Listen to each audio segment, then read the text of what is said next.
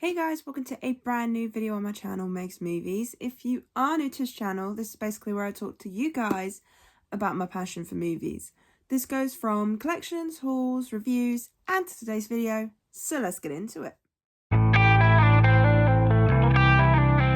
Okay, so sorry this video is going up a bit late. I did have work this morning, I did get late out of work this afternoon, then I wanted to watch this film before doing the review, but then I also had to shower and yeah. So it's going up rather late, especially since I'm also heading to a mystery screening after I've finished this review. So, yay! Timing! I need to get better. But we are back with another 2025 movie review, and today it is for The Electric State. So this is Netflix's newest film. Just to give you a very basic plot summary, we are following Michelle and Keats, as played by Millie Bobby Brown and Chris Pratt, and we are following their characters as they're trying to find Michelle's brother, who's connected to this robot. Yeah. Whilst also dealing with the uproar of robots and things like that. What's the best way to describe it? You know what? I can't think of a way to describe it. That's just the basics of it. I won't go into any more than that because I do like to try and stay as spoiler-free as possible. I'm sorry that my plot explanations aren't all that great, but I do try. But yeah, so like I said, this stars Millie Bobby Brown and Chris Pratt, who I love both of them immensely. So it's nice to see a movie with them two together because I don't think they have actually done one. Have they? No, they haven't. I don't think they have. So what's my thoughts on the film? Not exactly an amazing film. It's directed by the Russo brothers, who did Avengers Infinity War and Endgame, which I absolutely love. And they done Civil War as well, and Captain America Winter Soldier. All amazing films. I feel like this doesn't live up to the hype of what those films are, but at the same time, I still think it's a pretty decent flick. It is a straight to Netflix film, you know, it's one of those, people either like it or they hate it. There's very few, like me, who will be very in between about the film. I'll start with my gripes, because I'd rather end on a positive than a negative.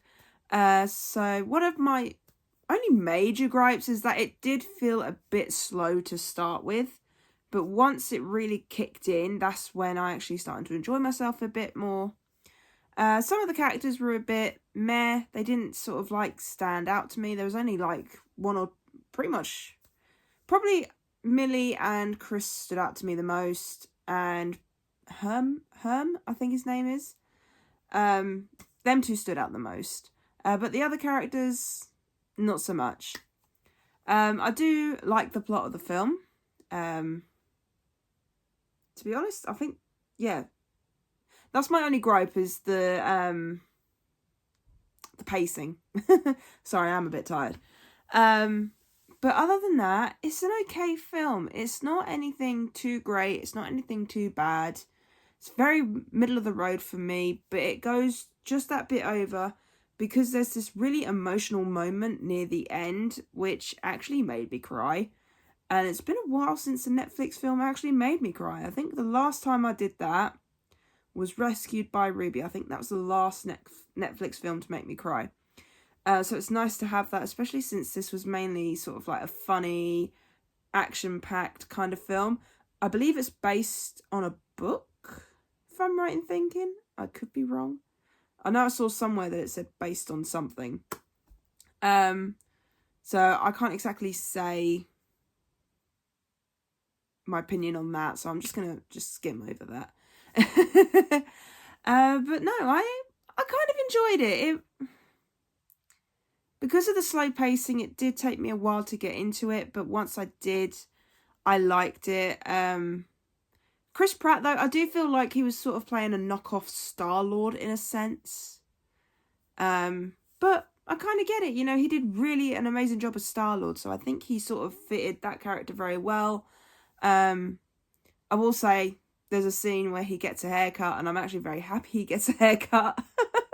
That sounds really bad, I know. But for a straight to Netflix film that's done by the Russo brothers isn't that bad. I mean, I really enjoyed The Grey Man. I think that was another one that they did. I really enjoyed that film. That was action packed. But for me, this was sort of like, I don't know. It's just okay. Like, I've seen worse Netflix films, but I've seen better Netflix films. So, yeah, it's one of those, if you like sci-fi, I think you might like this. It is one of those shut your brain off kind of films. You don't really need to focus too much on it. I do like the world building in this, before I forget to mention that. I think the world building's amazing. I love the fact that it's all to do with basically being, even though it was set in the 90s, it still had that modern feeling because they did VR, and it was certainly a way to introduce it to a modern generation whilst also trying to stick to the time period and not make it too modern. I do like the fact that it's like robots against humans. I do like that because we have had films like that, like The Terminator and I think The Tomorrow War, is that one? I could be wrong. But if you catch my drift, like, we've had films like that before, but I think it's nice where this took a different turn. Ke Huy Quan is in this. Ke Huy Quan. I can't say his name. Short Round. I'm going to call him Short Round just because I'm butchering his actual name. He's in this briefly. I kind of thought he might be in this a little bit more, but also at the same time, I think he was also in it for the right amount. So it's sort of like, I thought because he's such a big name star, but then all of these were pretty big name stars, to be honest, I thought maybe he was going to be in it a bit longer than he was. But I'm okay with it. He actually had a pretty nice, simple role. It was nothing too drastic, and I think he did a really good job.